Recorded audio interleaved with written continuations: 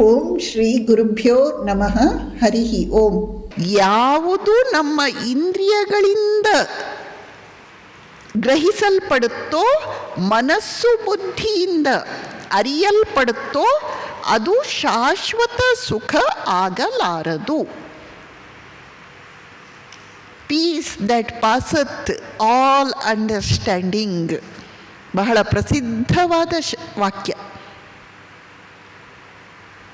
ಬುದ್ಧಿಗ್ರಾಹ್ಯಂ ಅತೀಂದ್ರಿಯಂ ಸುಖೇನ ಬ್ರಹ್ಮ ಸಂಸ್ಪರ್ಶಂ ಅತ್ಯಂತಂ ಸುಖಮಸ್ನುತೆ. ಬ್ರಹ್ಮ ಸಂಸ್ಪರ್ಶ ಸುಖ ಎಂದು ಕರೆಯಲ್ಪಡುವ ಸರ್ವಶ್ರೇಷ್ಠ ಸುಖ ಇಂದ್ರಿಯಗಳಿಗೆ ಅತೀತವಾದ ಸುಖ. ಆ ಸುಖ ಯಾವಾಗ ಸಿಗತ್ತೆ ಅಂದರೆ, ಯಾವಾಗ ನಾವು ಇಂದ್ರಿಯಗಳನ್ನು ದಾಟಿ ಹೋಗ್ತೇವೋ, ಮನಸ್ಸನ್ನು ದಾಟಿ ಹೋಗ್ತೇವೋ, ಬುದ್ಧಿಯನ್ನು ದಾಟಿ ಹೋಗ್ತೇವೋ ಆವಾಗ. ಹೇಗೆ ದಾಟಿ ಹೋಗುವುದು ಪ್ರಶ್ನೆ. ಈಗ ನಾವು ಏಕೆ ಇಂದ್ರಿಯ ಮನಸ್ಸು ಬುದ್ಧಿಗಳಲ್ಲೇ ಸಿಕ್ಕಿ ಹಾಕಿಕೊಂಡಿದ್ದೇವೆ? ನಮಗೆ ಏನೋ ಒಂದು ಮೂರ್ಖ ಕಲ್ಪನೆ, ನನಗೆ ಸುಖ ಸಿಗತ್ತೆ ಇಂದ್ರಿಯ ಮನಸ್ಸು ಬುದ್ಧಿ ಈ ದೇಹದಿಂದ. ನಮ್ಮದೊಂದು ಮೂರ್ಖ ಕಲ್ಪನೆ, ನನ್ನ ಈ ದೇಹದಿಂದ ನನಗೆ ಸುಖ ಸಿಗುತ್ತೆ, ನನ್ನ ಈ ಇಂದ್ರಿಯ ಮನಸ್ಸು ಬುದ್ಧಿಯಿಂದ ನಮಗೆ ಸುಖ ಸಿಗುತ್ತೆ. ಅದಕ್ಕಾಗಿ ನಾವು ಅದನ್ನು ದಾಟಿ ಹೋಗಲಿಕ್ಕೆ ಇಷ್ಟಪಡಲ್ಲ. 4 ವರ್ಷದ ಮಗು ತನ್ನ ಆಟದ ಸಾಮಾನುಗಳಲ್ಲಿ ಏನು ಮಗ್ನ ಆಗಿರುತ್ತೆ, ಅದನ್ನು ನೋಡುವ ಆ ಮಗುವಿನ ತಾತನಿಗೆ ಅನಿಸುತ್ತೆ, ಅಯ್ಯೋ ಇದರಲ್ಲೇನು ಸುಖ. ಆದರೆ ಆ ಮಗುಗೆ ಅದೇ ಕೋಟಿ ರೂಪಾಯಿ. ಯಾಕೆ? ಅದರ ಮನಸ್ಸಲ್ಲಿ ಭಾವನೆ ಇದೆ, ಓ ಇದು ನನಗೆ ಸುಖ ಕೊಡುತ್ತೆ.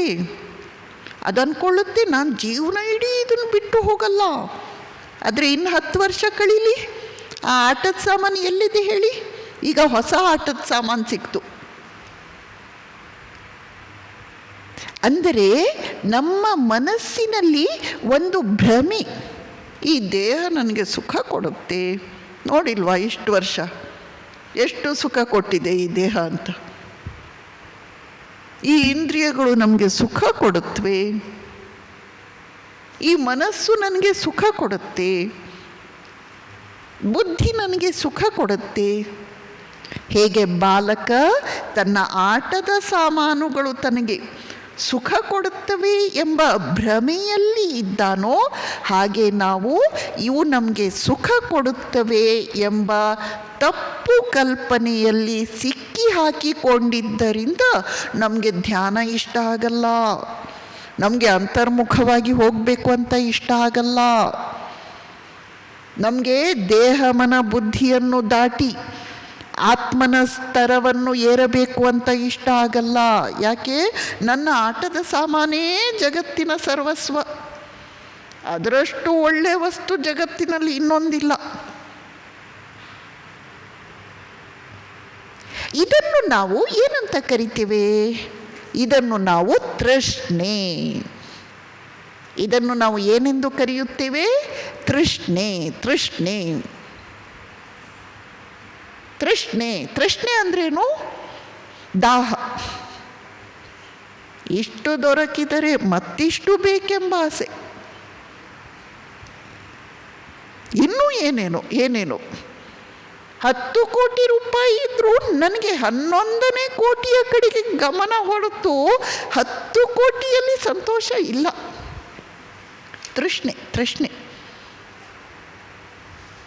ಇಡೀ ದಿನ ಮೊಬೈಲಲ್ಲಿ ಒತ್ತುತ್ತಾನೇ ಇದ್ದದ್ದು, ಎಲ್ಲ ಆ್ಯಪ್ಸು ಚೆಕ್ ಮಾಡಿ ಆಯಿತು, ಇನ್ನೂ ನಂಗೆ ತೃಪ್ತಿ ಇಲ್ಲ, ಇನ್ನೊಂದು ಹೊಸದೇನಾದರೂ ಸಿಗುತ್ತಾ ಹುಡುಕ್ತೇನೆ ನಾನು.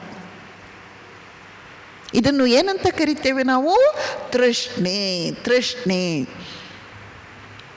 ಮನುಷ್ಯನ ಇಂದ್ರಿಯಗಳ ತೃಷ್ಣೆ ಅದಮ್ಯವಾದದ್ದು. ಅವುಗಳನ್ನು ಬಿಡಬೇಕು ಎಂಬ ಮನಸ್ಸು ಬರುವುದೇ ಅತ್ಯಂತ ಅಪರೂಪ, ಮನುಷ್ಯಾಣಾಂ ಸಹಸ್ರೇಷು.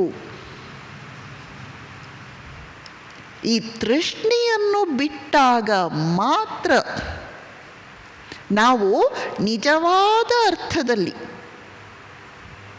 ಆನಂದದ ಕಡೆಗೆ, ಮೋಕ್ಷದ ಕಡೆಗೆ ಹೆಜ್ಜೆ ಹಾಕಬಲ್ಲೆವು. ಆದ್ದರಿಂದ ಪ್ರತಿಯೊಂದು ಧರ್ಮ, ಹಿಂದೂ ಧರ್ಮ ಅಷ್ಟೇ ಅಲ್ಲ, ಎಲ್ಲ ಧರ್ಮಗಳು ಕೂಡ ತ್ಯಾಗವನ್ನು ಸರ್ವಶ್ರೇಷ್ಠ ಮೌಲ್ಯ ಎಂದು ಕರೆದಿದ್ದಾರೆ. ತ್ಯಾಗ ಅಂದರೆ ಏನು? ಇಂದ್ರಿಯ ಸುಖದ ಆಸೆ ಬಿಡುವುದು.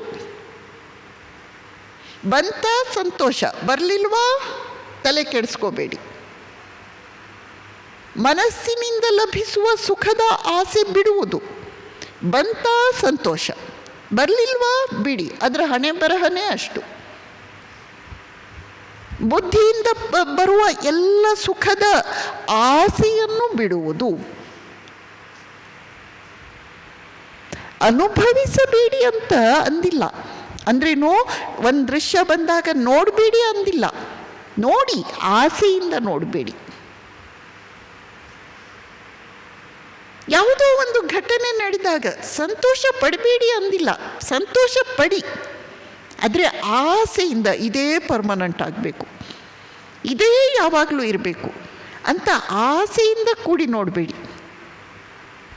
ಒಂದು ಗಾರ್ಡನ್ನಲ್ಲಿ ಸುಂದರ ಹೂವು ಅರಳಿ ನಿಂತಾಗ ನೋಡಿ ಸಂತೋಷ ಪಡಿ.